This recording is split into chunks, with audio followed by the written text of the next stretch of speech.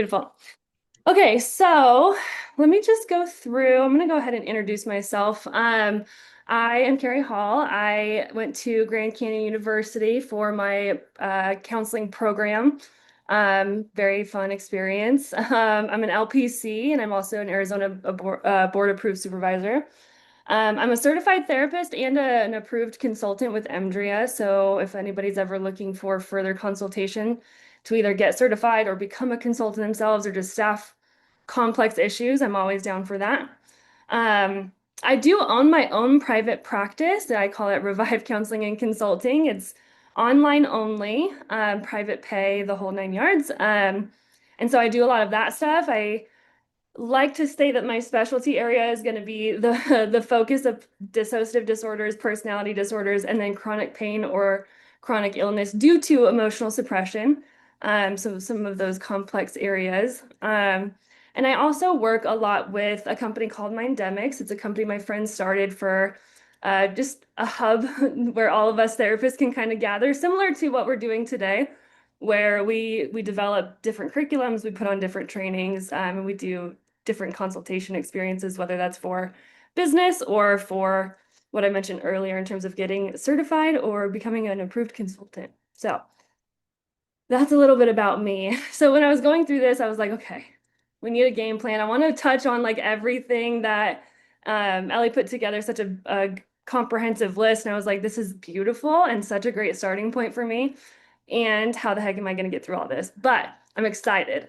So our goal today is to try to understand structural dissociation at a surface level where we're just really understanding like the theory or the approach of it, including what's called ANPs and EPs. A lot of you brought up what's the difference between like the IFS parts world and then the structural dissociation parts world, or what I call dissociative parts. And we're going to talk a little bit about that today too. We're gonna practice recognizing or just go over how to recognize structural dissociation as it presents in the room with us, right? So like how can I tell if my client is experiencing some of that internal conflict or structural organization is what I like to call it. And so I'll give you a few things of just different things that I've either read about, learned about, studied, or even just experienced in the room with me. And so that's a lot of where this presentation is coming from today, is my own personal experience, but also based off of what the thought leaders in this area of psychology have, researched on their own as well. We're going to try to review the grounding and pacing and stabilization strategies. There's a really cool model of treatment that this theory provides us. So I think that that's a great place to go with that. We're going to try to discuss dissociation in parts and just like learn how to actually talk about those things with our clients. And then we're going to address any questions or misconceptions that can come up or that I've at least had on my own. And we're going to answer those. Okay, so I think when we're talking about structural dissociation, it's so important to go back and just remind ourselves or understand kind of what regular or everyday dissociation can be. And so I kind of view it, I love this particular image because I feel like if you really kind of zoom in, it really does grab the feeling of what it feels like to be depersonalized, so feeling disconnected from yourself versus the other way around, where we're derealizing and we are disconnected from our environment. So I sometimes show this to clients just to have them tell me kind of what they relate to and what they are experiencing, but kind of just reviewing everyday dissociation. This is where we have kind of those temporary shifts or pauses or disconnects in our attention, our awareness, our presence, or like our ability to connect and orient to present time, our memory, emotion, or even just like how we're showing up and moving through the world, right? So some examples can be zoning out, daydreaming, autopilot, losing track of time. And emotional numbing under stress can also be that natural way of that our bodies, I think dissociation is just miraculous in so many ways, and there's a reason why it happens. And so I don't want us to ever feel like we have to pathologize that too much, but instead, because it is so misty. I don't know how to like describe that, but I have a client that will say, I have a smell of a thought. But really what they're experiencing is kind of this disconnect from their own internal experience. And so I think even just being able to recognize what feels like everyday dissociation versus something that's a little bit more pathologized or integrated into their everyday experience and is becoming chronic. I come back to this place often with clients where it's not a problem until it's causing a problem, right? Or like to define like a diagnosis, right? It's talking through the maladaptation, right? So dissociation on its own is not a bad thing, but when it's chronic and complex, starting in childhood and repeated throughout life, then we're starting to get into more of the natural fragmentation is what we like to call it. That would be structural dissociation. So I'm going to go ahead and just move to the next one. So let's go over structural dissociation. This is a theory that was developed by Ono van der Hart here at the top. I always forget how to say his name, but Ellert Ninehouse is his name, right there in the middle. And then, of course, Kathy Steele. They're kind of the thought leaders around the theory of structural dissociation.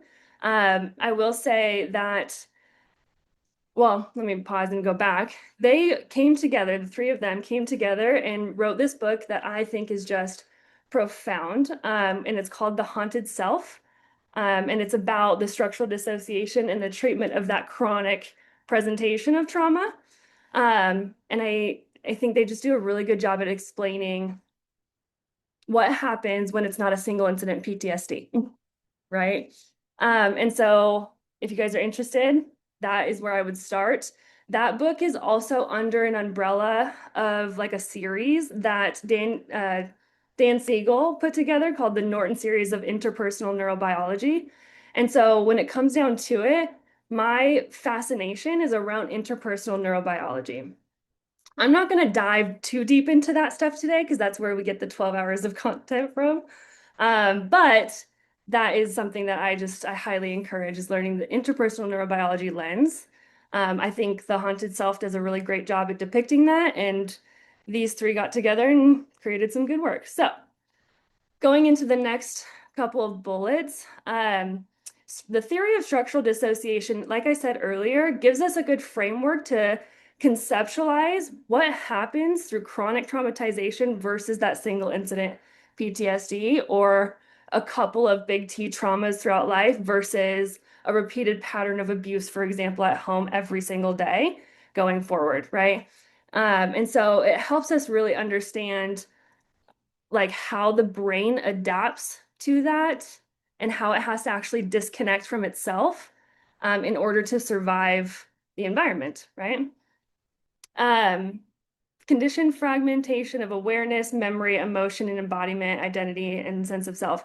So when we go back to like even this example of regular dissociation, it's very similar, but the difference is there's a conditioned disconnect, right? Through some of the other pieces, right? Awareness, there's a conditioned disconnect with awareness to myself and the environment around me, stuff like that. And I'll dive further into that. But it really comes back to this place of personality through structural dissociation, right? So when we're little, we're kind of like growing up in this world and we're starting to develop this sense of self and this personality structure, right? And because we're little, it's extremely malleable, right? Things that can be very influential. Certain things will kind of shape the way that our brain develops, things like that. But through chronic traumatization, for example, there's something that I'll go over later that's called the structural split, or at least that's what I call it. And that's kind of the idea where, let's say your parent growing up is the source of safety because they're your attachment, they're how you get food through or get yourself fed, they're how you get to school on time, they're how, they're keeping you alive, right, and going. So they're the sense of survival, but they're simultaneously the sense of threat and danger, right? And so as we're little, we're trying to put together these little personalities of ours, our brain and body has to figure out a way to, at the same time, split off from itself to survive the threat in order to get the needs met, right? That's kind of the precipice or the foundation of understanding what structural dissociation is versus just everyday disconnection because the body's too overwhelmed in that moment, right? And so it really functions on the idea that the personality is organized into parts, or what we call in structural dissociation action systems, or self states, right? And these are just, you think about the action system of fight, flight, and freeze, right? There's so much that happens neurobiologically when it comes down to the flight response, right? To the thickening of our blood, to the racing of our heart, to the shifts in the brain, the disconnect of our prefrontal, like all of those things happen so quickly. And so this is kind of like speaking to the parts of self, and this is one of the biggest indicators that I see with like the difference between like IFS parts and dissociative parts. I think they can be so similar in so many different ways. I'm not an expert in IFS parts, but I pull from that work so often because it's a language. It's something that we can use and help our clients who maybe have never had this experience of being able to put words to their experience or understand that introspectively.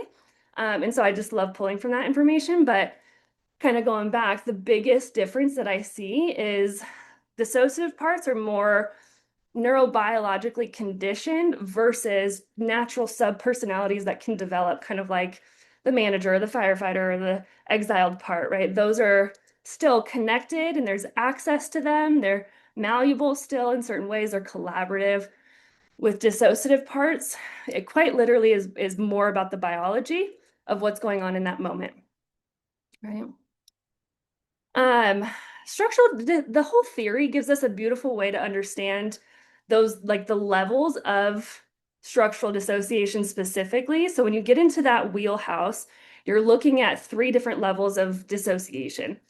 One is primary, right? And that comes back to some of the things we're going to talk about in a little bit, which is the ANP versus EP, right? So in primary, I'm actually going to dive into that in a little bit, but I just want us to know that primary, secondary, and tertiary are the different levels of structural dissociation.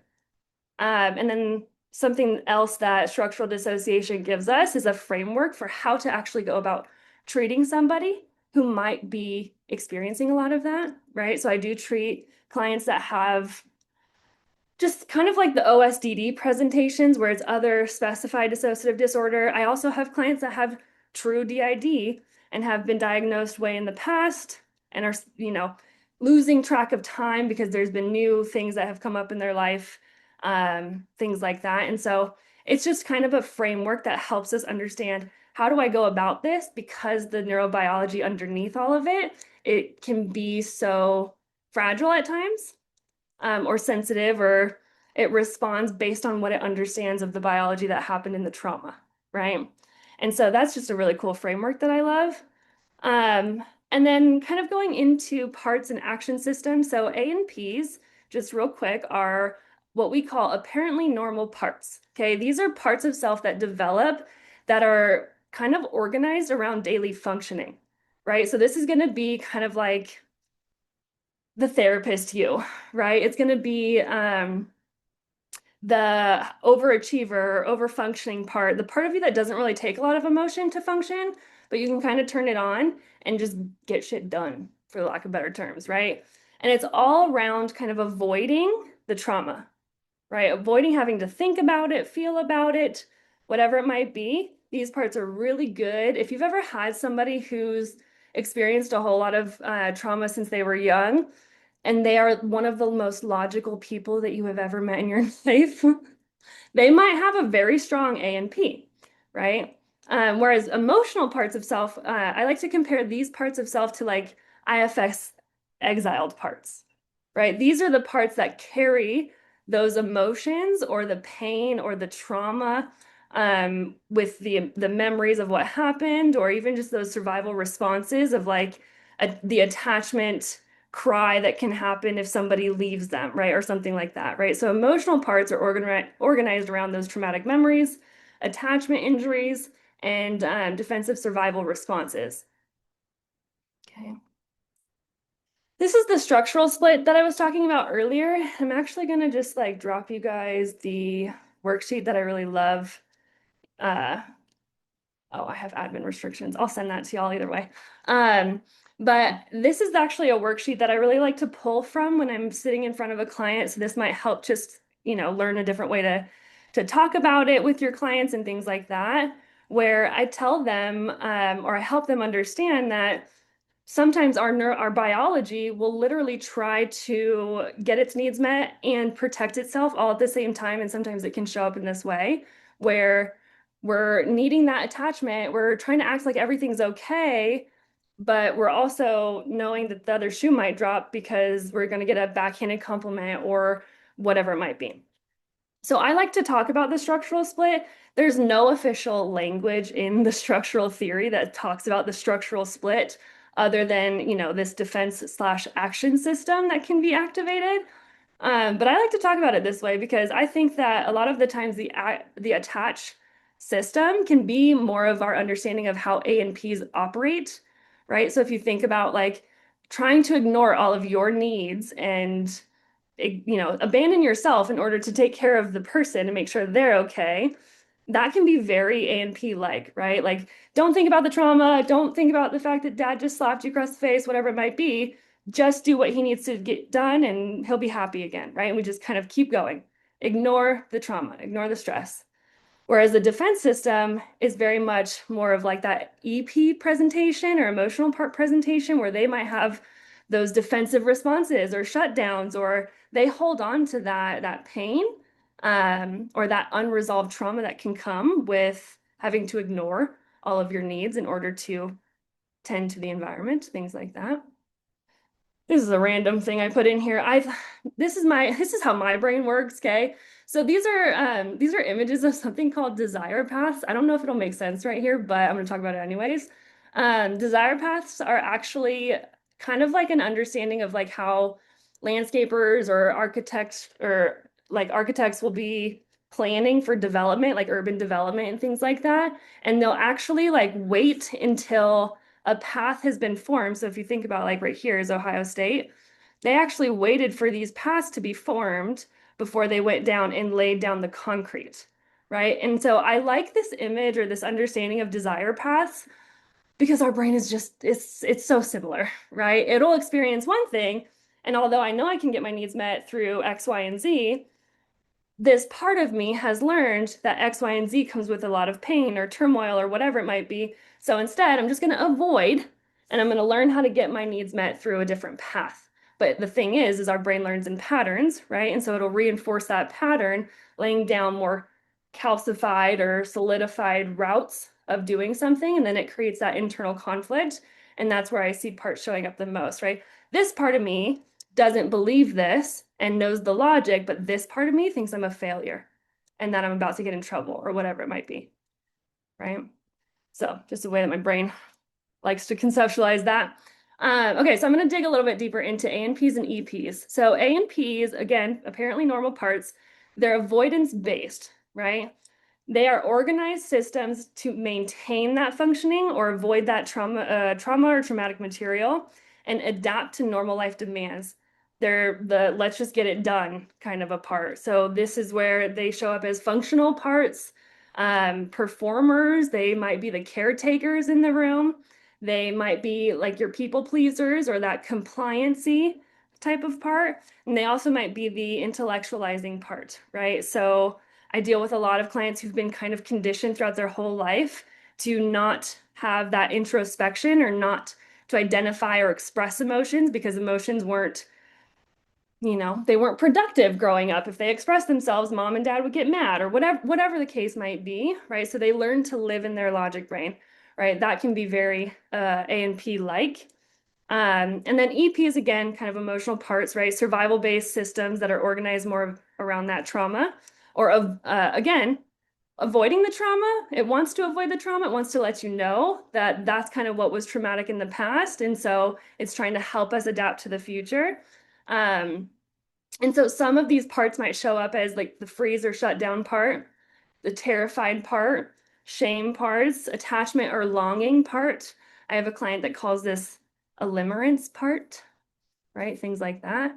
There might be an angry or defensive part. I work a lot with personality disorders. One personality disorder that I see the most is borderline, right? But individuals that may meet criteria for borderline, they have a lot of defenses, right? And it's quite this experience where they've had to split off often, and they've maybe developed throughout their life this part of self that can become very defensive at the sight of or hint of abandonment or whatever caused them so much pain in the first place, right? There might be a grief part, vulnerable child part, authentic self-expression part. I put that one in there because I have a client right now who is going through like experiences of selective mutism as an adult. And it's around a highly restrictive religious experience in their life throughout life, right? So that her system has actually been conditioned all the way up until her adult years to not talk about what she actually authentically feels or wants. And so she's kind of labeled that as like the authentic self, but it's really that emotional part that's dealing with the pain of never being able to actually make those parts of her be known, right? So there might be differences there. I like to get very, I don't know, abstract with some of it too, but again, straight from the lens of neurobiology, right? So again, that's kind of the biggest difference between the IFS parts and emotional or dissociative parts, where these dissociative parts, we organize them in ANPs and EPs versus all the different names that IFS will have for it. And it's not that they operate too differently, but again, this structural lens helps us understand more of the neurobiology that has been conditioned versus just the way we've kind of learned how to do daily tasks, right? Things like that. And I know IFS goes a lot deeper than that, but just as an example. So kind of going into the different levels of this type of dissociation. So primary structural dissociation comes with one ANP and one EP. Okay, so this is where I have maybe that over-functioning or intellectual part of self and the emotional part of self that is centered around attachment grief, right? It's the part of self that never felt good enough because parents never showed up in the way that they needed them to, or things like that. A and P is one of the parts that have learned how to get parents' attention, and that was through the successes or making them proud in different ways that are not like emotional experiences with their parent. So primary is one ANP, one EP. It's daily functioning versus traumatic material, right? So I might shift into the ANP if I don't want to think about all my life trauma and why I'm, experiencing or feeling the way that I'm feeling about this relationship or whatever it might be. Primary is often associated with just like the general presentation of PTSD. Common patterns or parts of self that might actually show up here is that functional part, like I said, or that freeze and shut down part, right? Anytime I have to, speak about myself or have healthy conflict even, I might shut down because it's coming from that emotional part of self who learned that conflict was dangerous physically and emotionally growing up, right? So the ANP might go about that in a way that's more logical and less emotional and just like problem solving based. It's the fixers. I don't know if you guys have ever related to that, where you have somebody in your life who's the fixer and you're like, I don't need the fixer right now. I just need you to hear me out and listen. ANPs can be very fix-it based. Secondary structural dissociation is when we have one ANP, so we still have like that overfunctioner or that fixer, but we have a lot of other different, just multiple different emotional parts, right? So it might be the part of self that learned that conflict was dangerous. It might be another part that learned that self-expression or authentic communication or communication about their emotions was also dangerous, right? It might be the shutdown part, or it might be the defensive part who feels misunderstood, right? Oftentimes we see that in something like borderline, for example. And then tertiary is kind of where you're looking at more of like a DID complex or a DID presentation or other complex dissociative disorders where you have multiple different primary personalities that can operate and function in daily life. But then you also have a lot of different emotional parts of self that can get activated just as much. Does that make sense to everybody in terms of the ANP and the EP structure? Okay. Does that make sense in terms of how it's different than the IFS parts? Somewhat. We'll talk more about that too. This is actually just a real life example of how I like to organize um, parts and how I actually work with clients with parts. So this is a client that I'm currently working with around the experience of selective mutism, but also um, a long-standing experience of just never having the experience of parents being emotional whatsoever. They're very logic-based, and anytime the client had big emotions, they were ignored, they got in trouble. They were exiled from the family, so they'd be left at home when they go out to events and stuff if they have big emotions. So a lot of different things. This person is also somebody who was parentified, so they're the oldest child too, right? So they had a lot of responsibility. They had to take care of a lot of other siblings. So they had to sacrifice a lot of their own internal experience, their own needs, their own emotions. And they had to do that so often on a daily basis that it kind of influenced how their personality developed, right? And so I'm not going to dive too deep because we just don't have time today into like all the ins and outs of how these parts function, but they have one strong ANP, right? So the ANP is kind of like they're a nurse practitioner, so they're very logical all day and they can function really well under stress, right? They can just get stuff done. Um, but as soon as we have any kind of hint of going inside or reflecting on the self, what tends to happen is this shame part will get activated because the shame part is trying to communicate to the client that reflecting on self has never been something that we have been safe in. It's never been productive. It's left us in a worse place every single time. So her biology learned this. And so we refer to it as the shame part that tries to help by being extremely critical, right? So this is one of those things where I might talk about it a little bit later, but um, in the structural lens, I want us to always be looking at how is this functional? How did this work at some point, right? That is an unconditional nurturing and loving stance. And I think if we can teach our clients how to do that, they'll be able to understand themselves a little bit more. And that will decrease the fragmentation that can actually happen internally because we're allowing a little bit more of that flexibility to happen. I think the sensory motor people in the room will love the phrasing of like healing is flexibility, right? And this is very true here, right? Just being able to teach clients that flexibility around how they're seeing it, because this shame part can say really awful things like, you're a piece of shit, you're never going to amount to anything, you should just kill yourself, right? It can get really, really dark really quickly. But it's actually just trying to communicate like, this was never safe from us, get away from it, right? And so that part will get activated, which then will influence this, what we call mute part. And again, be flexible with the names because my client named all of these.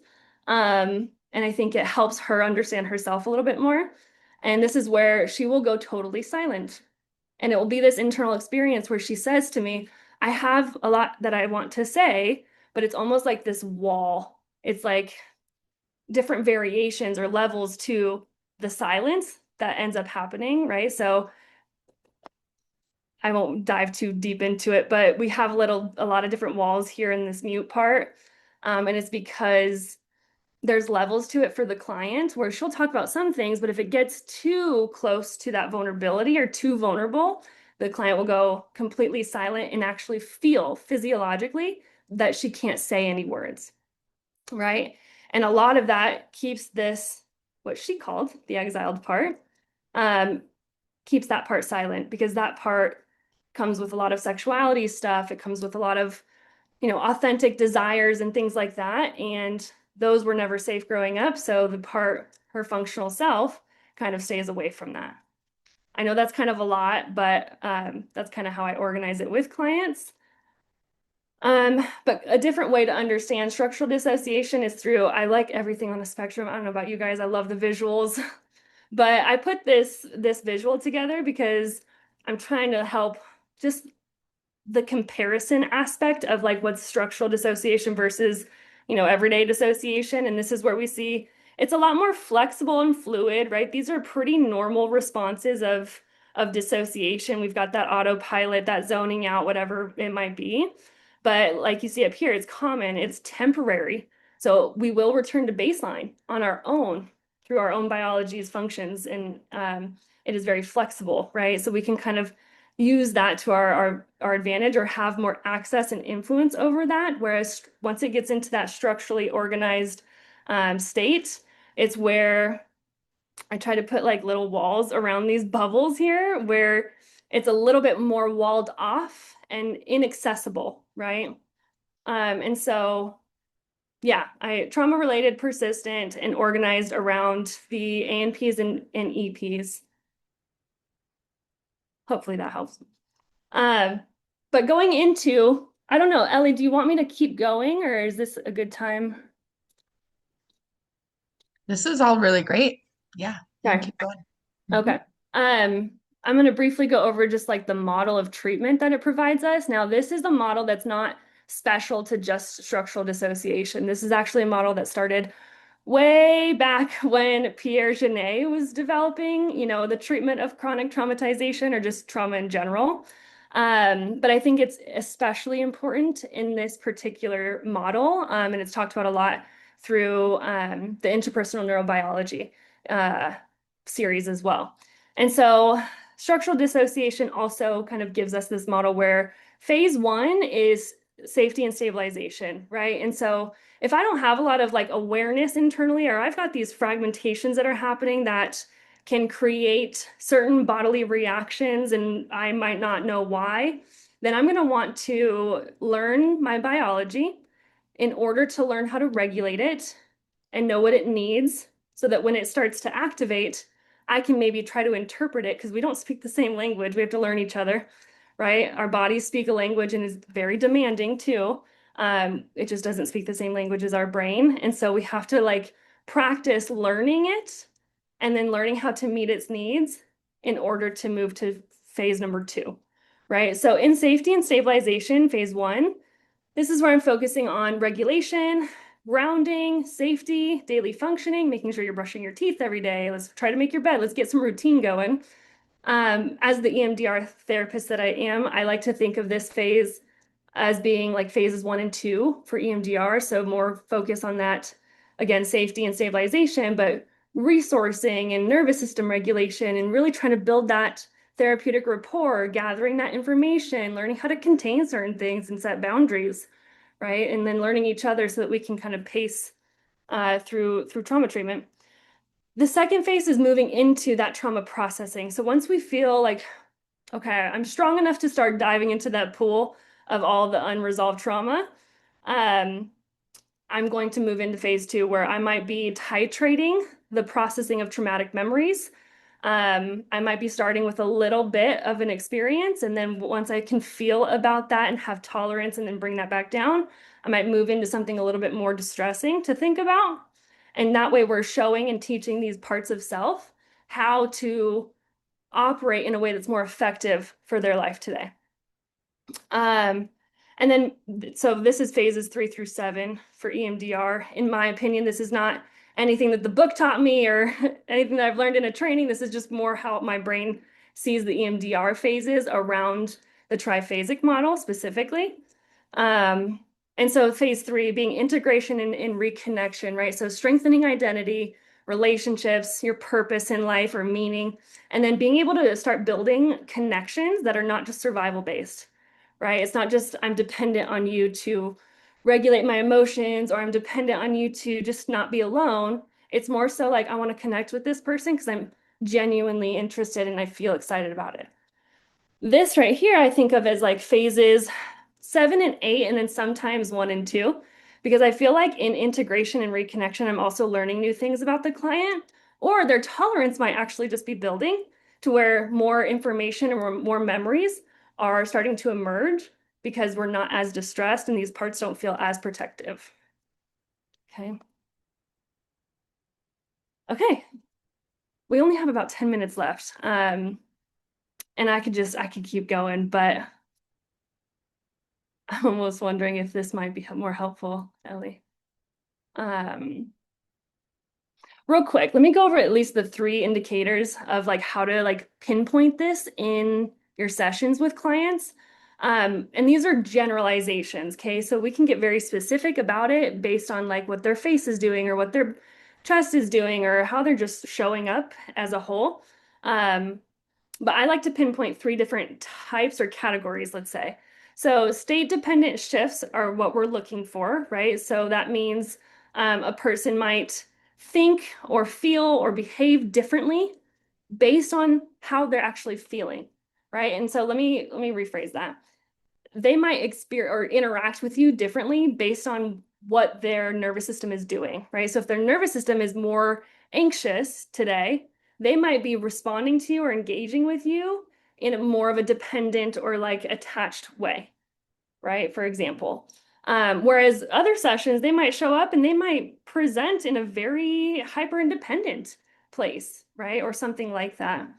So a client might, or I'm sorry, an example might be a client feeling calm and competent at work, but then becomes anxious and shut down or unable to speak during emotionally vulnerable conversations, right? Sometimes I hear the phrasing, part of me knows that I'm safe, but when I get triggered, I just don't feel like that's true, right? Things like that. You might also want to pay attention to compartmentalization of experiences, right? So this might mean the memories, emotions, or sensations, or even needs feel disconnected or separated from the client, meaning like they might not know what they need, right? They might not have access to that memory.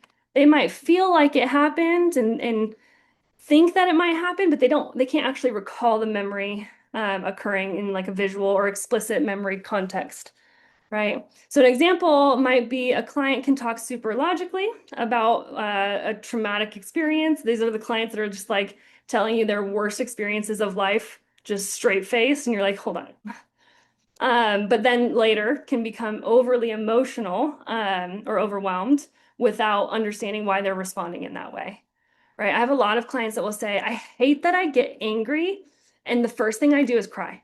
I don't understand it. I don't know why, because I'm not sad. I don't want to be misunderstood, right? But it might be a part that's just that's compartmentalized and is experiencing the emotional response to something that they've experienced associated with that anger or that expression of anger in the past, right? And so this might sound something like I can talk about it logically, but I don't really feel connected to it, right? Or there might be trauma organized survival parts. So this is where the nervous system can become organized just around those survival responses, fight, flight, freeze, fawn, collapse, whatever it might be. Um, and an example might be how a client automatically becomes compliant, right? Or they're people pleasing, or they shut down and emotionally numb out during conflict, or because they feel like they're going to get rejected, right? And so this might sound like I automatically shut down and people please even when I don't mean to. This is just a recap. I'm not going to go through that right now. I was going to kind of go through the differences between like anxiety, attachment, and resistance. And really what it comes down to is structurally dissociated parts can feel that anxiety. They can have those attachment dynamics, and they can at times be very resistant because they're operating off of memory that is only associated with those traumatic experiences, right? So going up to your boss and asking for a raise might be a very empowering thing, right? But at home, when I was growing up, asking dad for dinner actually got me whooped, right? So the client might be experiencing a lot of that anxiety or defensiveness around expressing their needs because of what their biology has stored. These are just a few questions that help me understand if I am in the room with structural dissociation. So I ask myself, does it feel like the client's struggling with internal conflict? Because that can be an indicator of an ANP and EP disagreeing, let's say. I often ask, does the client want fear? Want and fear, closeness, safety, or progress, sometimes positive experiences, was learned to be something that was associated with very negative or traumatic or painful experiences. So feeling positively about themselves might be an indicator, or feeling positively about themselves might elicit a negative response. I ask myself, do some parts of the client avoid? Does it feel like the client's avoiding something, whether that's avoiding dropping into a feeling about a memory that they're recalling, or is it avoiding something else, like a conversation that has to be had because they don't want to be shut down, right? There's a lot of avoidance there, and sometimes that's a question that I like to reflect on. I'm going to send these slides to you if that's okay, and then I'll have you send them out to everybody because I feel like there's just some things on here I won't get through, but I want you guys to have access to at least. These are quite literally just my grounding strategies. And so I'm going to pause here real quick and just check in on like any questions that we might have. I have one. So what I'm transitioning from is working with higher acuity teens, partial hospitalization, things like that. So definitely seeing a lot of like connection to what you're sharing. And what I was curious about is you kind of alluded to it, but that higher acuity like suicidality that shows up and risk, how do you navigate that when you are doing this kind of work? Because it does feel really common and overlap. Absolutely. Absolutely. I think the most important part is going back to that triphasic model. So although my favorite part of this work is getting into some of the parts work and being able to like build those narratives, we have to make sure the client is safe and stabilized before. And that can also be a heavy place of work where you're modeling how you want that client to actually respond to themselves when they're experiencing such distress, right? And so I'm really enforcing like the safety and like the communication, we're talking about suicidal thoughts, but we're talking about it from the neurobiological lens, right? And how that prefrontal will shut down. And a lot of that prefrontal is the ability to plan for your future, is the ability to hope, right? And have some of those connection points or problem solve. And when that part of the brain's down, the body's only going to want to fight or flight, right? So I see suicidal ideation a lot as like a flight response. And so being able to just like talk very transparently about those things and why it's so important will also model to that client how important that is. Maybe help them learn how to do that for themselves because a lot of these clients are not going to know how to nurture themselves or protect themselves in those ways because they've built parts of self that have learned how to do that, but from more of those traumatic places. So I think that's a great question, and I would go back to the triphasic model as much as possible. Safety and stabilization has to be number one. Yeah.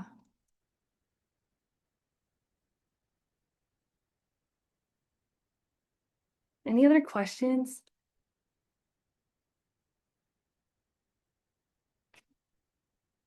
I can also kind of just go through a little bit if you want me to, Ellie.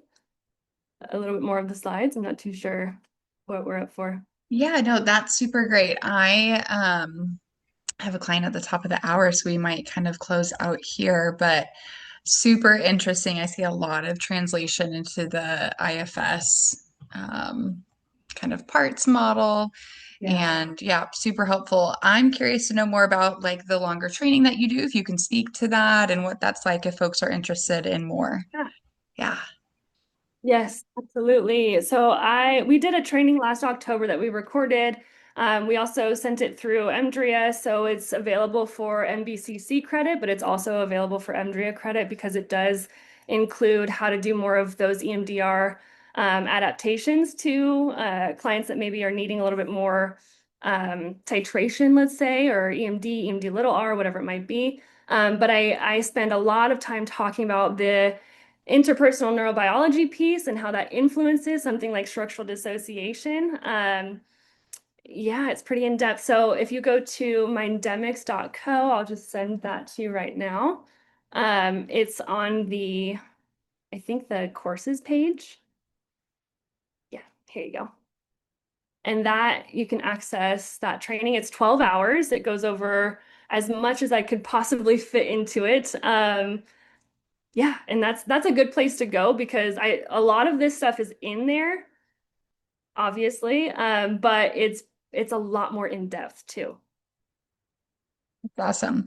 Yeah, I feel like, and others may relate to this as well, that I walked out of EMDR training like, this is what I'm going to use with every client all the time, and it's amazing. And it is, but I feel like without a parts model, whether that's structural dissociation, ego state work, or IFS, EMDR often would feel like it could kind of get blocked, right? And so, yeah, I love learning about various different approaches to parts work and how to work with the internal conflicts that can come up when someone's Yep. like wanting to heal, but also terrified to go there. Yeah. So, yeah, super appreciate you sharing your insights on all of that. And yeah, that was really lovely. Anybody have a final thought or question for Kari before we all sign off? Yeah, real quick, are you part of that monthly group to gather to talk about EMDR and Oh, dissociation? yeah, I probably should mention that too. Okay, That's my group. Yeah. that's what So I thought. my friend Carly, she runs a mental health hype squad where it's more networking and we talk about something that she's inspired by that week. The EMDR group chat is what we call it, is the group that I like to run where I'm quite literally just teaching on a topic that I found interesting or something that I ran into as like a difficulty or something I had to learn and adapt to or something like that, where I'm bringing a lot of this content to that group and talking about it there. So yes, that is a free monthly group that happens on Wednesday, the third Wednesday of the month, and at 12 o'clock. Yay. What a Yeah. great resource. I love that. Awesome. Hope All to right. see. Well, I'll get all these goodies from Kari and share it with the rest of you all. But thank you so much for spending your time with us, sharing your insight. That was super rich. And I can tell there's just a lot more to tap into there. A lot So, more. Yes. Thank you guys so much for having me. all right. Bye, guys. Have a great day.